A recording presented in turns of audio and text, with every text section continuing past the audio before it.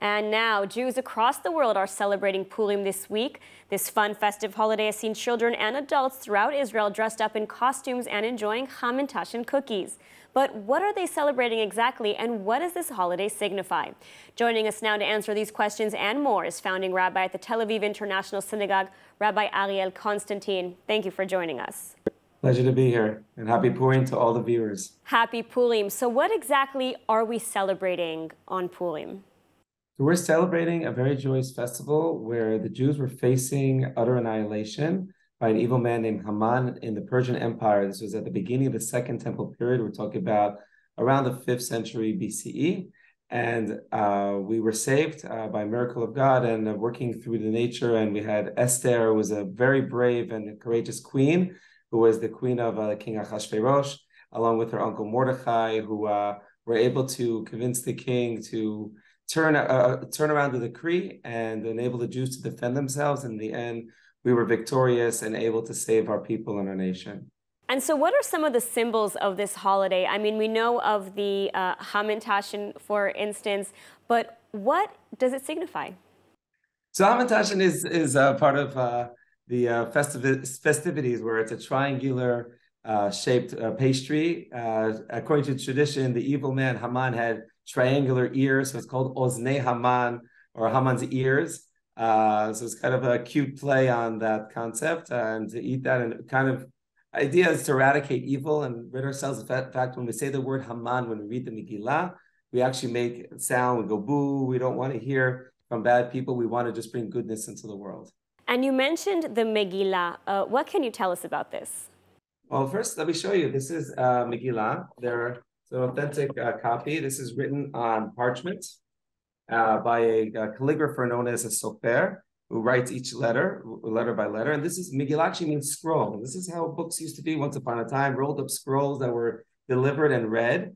And in fact, we read the story of Purim in this Megillah. We read it once in the evening of the holiday and once in the morning. And it tells the whole story of what happened and the miracle and how we were saved, and the mitzvot of the day, the commandments that we do, including reading the Megillah. And we have other commandments which are very beautiful, like mishloach manot, that we want to give gift packages to each other to bring about peace and harmony between people, and give gifts to the poor, because they should also be able to celebrate. And if they're lacking the funds to be able to have a joyous day, we at least want to give them a little bit of joy that day and have them be able to celebrate and have some resources, and maybe they themselves could buy a delicious meal for themselves. And it's about bringing together people. It's a little different than Halloween, if I may say. Halloween, people go out trick-or-treating, which is say, give me something or I'll do a trick on you. In the Jewish tradition on Purim, even though we dress up so it looks visually like Halloween, we actually go to people and give them things. We go to knock on their doors, and rather than asking, we actually want to give them.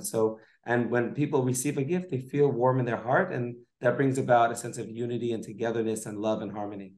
And what are some of the other traditions of the holiday? So again, one of them, as we said, giving gifts to each other. There's also dressing up in costume. That's a classic tradition. Esther was hidden. She didn't reveal her identity as a Jew until the critical moment when she told Ahasuerus that his decree is affecting her, his very queen, because she is in fact Jewish. So we dress up, as often we're putting on masks. But there's also another custom to drink and get a little tipsy, a little drunk, not too much, but a little bit. And that's also revealing what's inside. The rabbis say, Nichnas yain yatzas sod, which means when we drink, wine comes in, our secrets come out. And the question is, who are we on the inside? Yom Kippur, which is the Day of Atonement, also has another take on the word Yom Kippurim. It's a day like Purim. And what's the difference? Yom Kippur, we're fasting, we're praying. Yom Kippurim, we're partying and drinking and having fun. But the connection is very interesting, because it's easy to be spiritual on Yom Kippur. It's a day that's so holy and so special. Everyone feels the buzz and the energy of that holy day. We're only praying. We're not eating. We're not drinking. We're in the synagogue.